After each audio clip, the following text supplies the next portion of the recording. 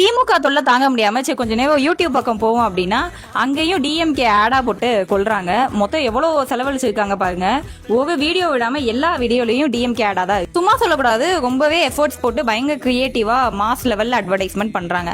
ஆனா இந்த முனைப்பு, இந்த ஆர்வத்தை 5 வருஷம் ஆட்சியை சிறப்பா நடத்தியிருந்தா இன்னைக்கு ஸ்டாலின் தொடகட்டும் தமிழ்நாடு வெல்லட்டும்னு ஆட் போட வேண்டிய அவசியம் இல்ல. மக்களே ஸ்டாலின் தொடகட்டும்னு சொல்லியிருப்பாங்க. இப்போ நாங்களாம் ஓட்டு கேட்க போகப்ப மக்களே வாலண்டியரா முன் திமுக பயங்கரமா திட்டுறாங்க. ஒரு வன்மத்துல, ஒரு அதிருப்தியில இருக்காங்க திமுக மேல. இந்த கட்சிகளுக்கு வாக்கு போட்டு ஒண்ணுமே நடக்கல, வேற எங்கேயாவது மாத்தி போடுவோங்க அளவுக்கு யோசிக்க ஆரம்பிச்சிட்டாங்க. ஏன்னா பல தொகுதியில அடிப்படை வசதியே இல்ல, குப்பையா இருக்கு, ரோட் ஃபெசிலிட்டிஸ் இல்ல, சாக்கடை தண்ணியில ரோடுல ஓடுது. இந்த மாதிரி ஒரு நிலைமையில வச்சுக்கிட்டு திரும்ப அந்த சிட்டிங் எம்எல்ஏ வாக்கு கேட்க வேற தைரியமா வராது.